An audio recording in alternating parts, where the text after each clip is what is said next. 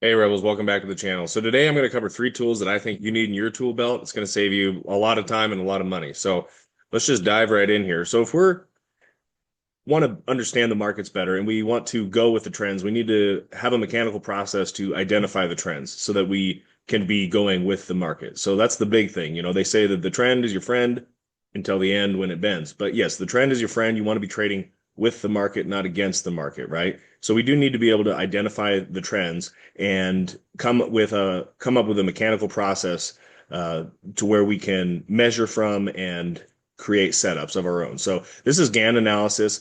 And I'm just going to dive right in. So, uh, right here, we have the next bar here when we're measuring.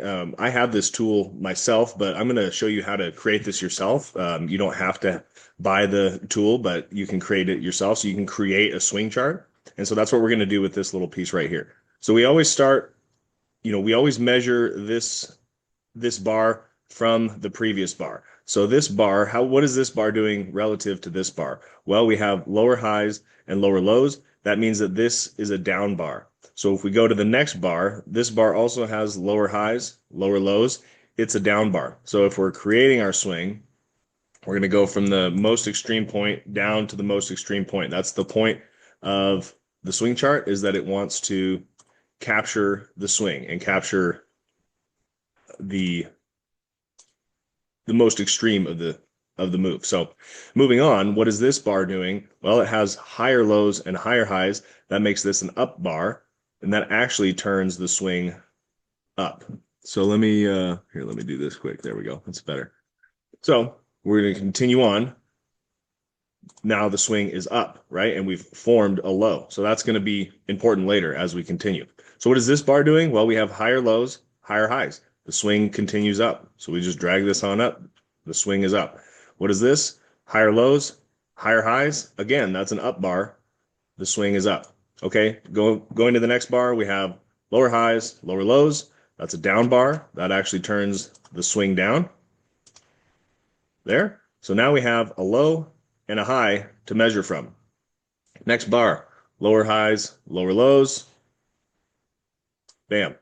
Now, what is this? This is actually an inside bar because it has a higher low, but it has a lower high. So this actually doesn't affect the swing chart at all. Usually these inside bars are they don't really tell you anything. It's kind of an indecision. Price is getting compressed. It's not moving one way or the other. It's an inside bar. It's kind of a non-event. But the preceding bar, or excuse me, the bar after this bar has higher lows and higher highs. That makes this an up bar. So now we get the swing chart coming up here like that. Now we've formed another low. So we have higher lows right now, but so far we have lower highs. So we don't have a trend yet. But then you can see here the next bar, again, higher lows, higher highs. The next bar, higher lows, higher highs. So the swing actually comes up to here. And what you can see now is that once we broke this level here, now we have a higher high. Anything above this has now technically been a higher high, and then we have higher lows. So now we have a trend. Now we can go with the trend. So all of this essentially was noise until we had a signal that we were actually trending up. So you can go back and recreate this in any chart, and a huge it's going to give you a huge leg up because it's just a mechanical process to tell you what is the trend doing. Well, we have an uptrend now. And now you can come up with other strategies where, well, as far as this chart goes, once we break below this swing bottom, well, then we would have higher highs and lower lows. So that would kind of be an indecision. You wouldn't have a trend at that point. So maybe you want to get out of the market. But the whole point of creating this swing chart is to just have a mechanical process to identify the trends and then create a strategy based on that. So this honestly saved me so much time because now I have points to measure from. I have places where I can put my stops. The swing chart and captures all the data. Some people like to use closing prices, but that's not all the data. And now that's the whole point is everybody has their own strategy. I like this because it incorporates all the data. Yes, you can go on closing prices and this and that, but honestly, you might as well, sure, oh, we closed above the closing price of this bar, maybe, but then you have to make sure that you're measuring consistently across. So I like the swing chart because it's just a mechanical process and it captures all the data. And I know that that data is going to be consistent. And I'm not going to try to curve fit like, oh, this closed a little bit higher than the close of this bar. It gets a little muddy. And I think you can kind of curve fit your data to confirm your biases. So anyway, that's creating a swing chart. One thing I will say too that we didn't go over is one thing I will say that we didn't go over are outside bars. So I'm just going to go over that really quick. If we continue on, sometimes you'll have bars like this, where you actually have higher highs and lower lows. This is an outside bar. And what this does to the swing actually is, because we went down first, this assumes that we went down first. The swing actually comes down here and then straight up with the bar. So it's hard to see that here, but you have a swing. You have a swing here. And then the swing chart actually, just lay this right over it, comes up right there. So then let's just draw a couple other bars here.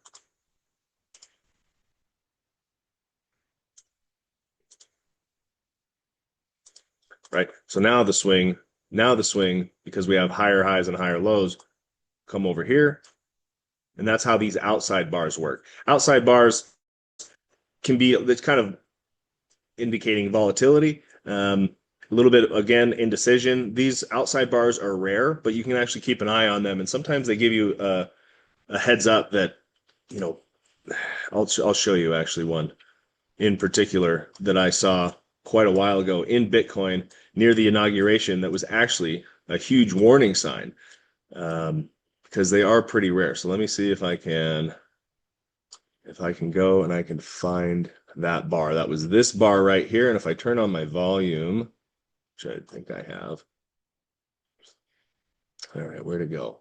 Yeah, so we had kind of an abnormal bar with really high volume. When I saw this, it kind of gave me a warning sign that things were things aren't trending clearly. And we had this massive volume and this weird bar. It kind of shakes everybody out because it confuses everybody. Everybody that was going long kind of got wiped out, and everybody that wanted to go short got wiped out. The price is right here in the middle. So it kind of whiplashed everybody, and everybody everybody kind of got fucked in that bar, right? And so you can see that over the next,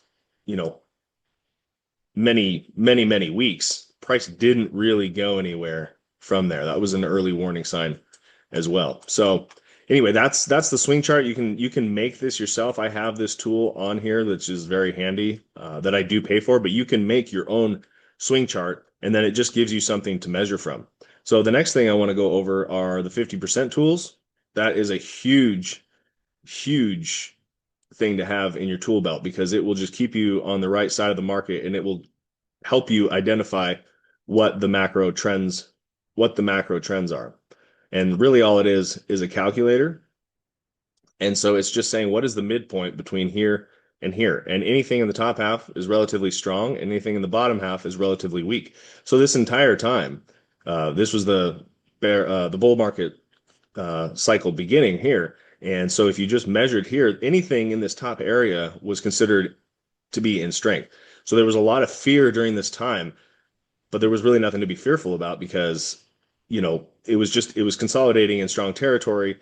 And another one actually recently that's also relevant is the S&P 500. The recent crash that we had, everybody was absolutely freaking out, but this is going to blow your mind here. Let's see where this came in. Yeah, this is actually kind of crazy. Here, let me go ahead and delete these just to get this. Let me just go ahead and delete everything here. So price from the bear market low here to the top, and I'll just draw that tool again.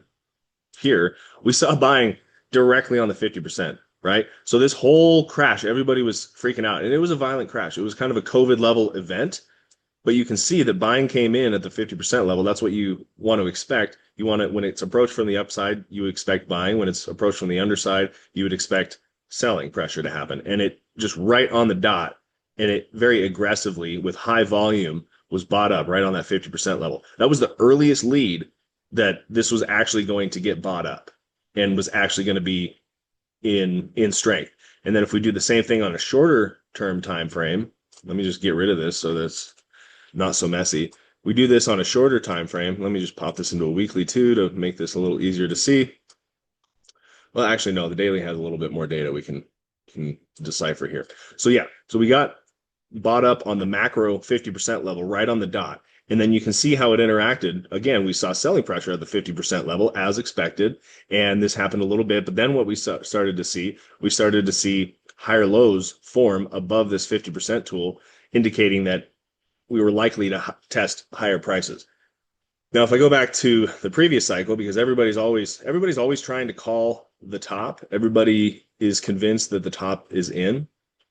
And so I want to draw the same 50% tool down maybe to this correction, because we would have had this tool at the time. And you can see how this is just a little bit different, how we did, yes, here, let me zoom in here, where we kind of failed at the 50% level and we started seeing lower highs below this 50% level. So once we broke this swing here, it kind of indicated to us that we were going to see lower prices, at least before we saw higher prices. And then that's exactly what happened, because we failed at this 50% level. We didn't see higher lows form above this level.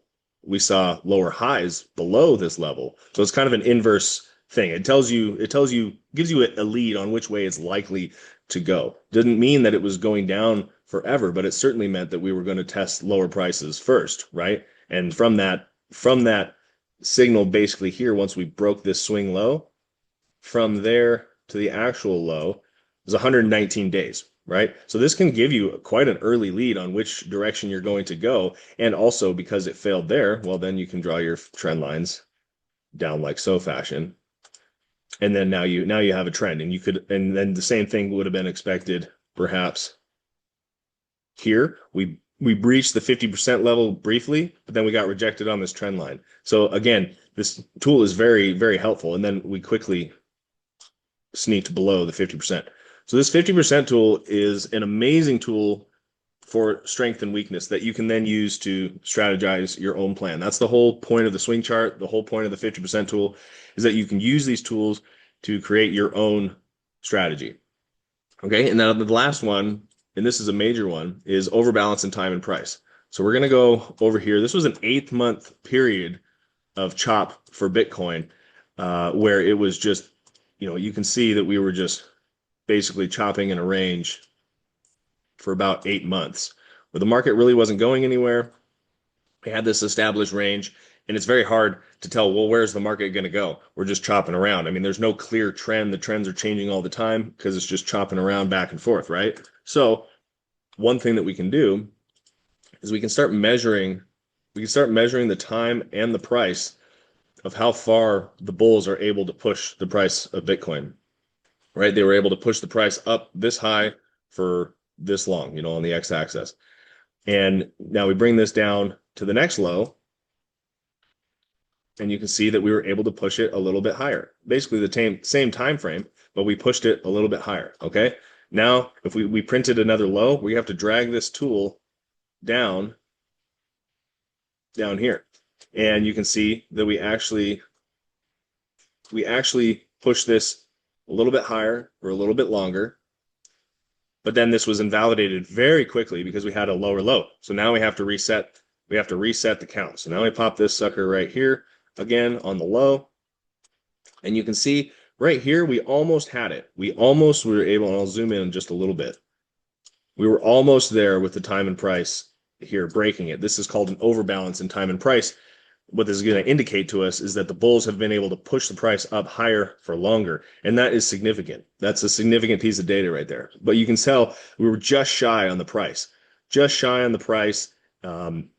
the price criteria of this signal. And so it just didn't work right there. So we came down here, we formed a higher low. We're still in it because we haven't breached this low. Anytime you breach the low, you have to reset this count, but we didn't do it. So then actually, if I just draw a horizontal line here, we broke it right here. Right there is where we basically had that signal that we have overbalanced in time and price because we got just a tick higher and we've certainly pushed it up for longer, right? So what this told us in all of this chop was that if prices come down, it's likely going to be a higher low, which is exactly what happened. That's exactly what happened here. You can see that we've just been creating higher lows. So now we have a trend actually, based on this swing chart, we have higher lows forming, and subtly we have higher highs forming. So now all these things are coming together. We have higher highs, higher lows, overbalance in time and price. Everybody is still very emotional, especially after this right here, which I think was the yen carry trade scare. So everybody's like very nervous, wondering if, this is the top. Is this the top? Well, we had that overbalance in time and price right here, indicating to us that we were likely going to see higher lows and start testing higher prices. And then, of course, we did start testing higher prices, and we breached, this 8th-month high finally here, and it was off to the races and into the inauguration, right? So those are the 3 tools that I think are very helpful. If you go ahead and kind of use this on the charts, and you can draw your own swing charts. I use the TIA Gann swing indicator from the Bassino brothers. They're amazing analysts. They help me out a lot on my own analysis and forming my own strategies. That's the whole point of this. Like, this is going to save you so much time and so much money, because if you want to trade with the trend, you need to identify the trends. And in this whole chop, everybody was freaking out. Now, there was so many reasons why we weren't freaking out, right? We had the 50% tool on, and so we knew that we were in strong territory this whole time. 8 months. That's a long time of not going anywhere. Everybody's getting freaked out. Like, we've seen the top. This time's different. All the rest of it. We're failing here. This is a double top. All the rest of it. But we were in strong territory, so we weren't worried. And then we had an early lead right here. Higher highs, higher lows, overbalance in time and price. This is probably it. This is probably the end, nearing the end of this sideways consolidation. I think up to this point, there's this particular signal, again, that the Bassino brothers use, using their swing indicator. We had 3 days down here, lower lows, lower highs, 3 days down here. And up until this point, in all the previous cycles, it had basically said that if you go back and back test this, it was, basically 3 to 6 months expected after that particular signal. So that was another thing that was another lead that we had. Luckily, we had the Bassino brothers, they're amazing analysts, to give us an idea like, hey, we're probably not going to see higher prices for a while. How long? We don't know. Up to 6 months. And it actually went on a little bit longer. But I think by that time we were getting close. We were forming higher lows, and we had some major bottoming signals here. So we had early leads that we were kind of getting out of the woods there. So anyway, that's what I'm going to leave you with. Those are some major tools to have in your tool belt. Go in and test your own markets, and it's just going to give you a huge advantage, because these 50% tools are magnets. You can basically just pop it anywhere, and you'll be amazed at how these 50% tools line up with support and resistance areas, right? And then use this as a marker of strength and weakness. In the long term, in the short term, it helps you identify the macro strength and weakness. On this level here, okay, we're in strength. Everybody's wondering, like, how, just in the very short term, we're in strong territory. We've broken trends here. And if I pop my Gann swing indicator on, that has this trend confluence panel, which is very nice. It's another reason why I really like this tool, is it gives us the trends here. There's the 1 bar, 2 bar, and 3 bar, which I don't have enough time to get into this video, but essentially what that does is it changes the criteria of what changes the swing direction. And so the 2 bar is a little bit less granular, and then the 3 bar is even less granular. So it gives you like the most extremes, and it cuts out even more of the noise. But having confluence on this definitely also helps give you an edge. So anyway, I am going to leave it at that. Leave comments down below, like and subscribe, and we'll get into more in future videos. Take care.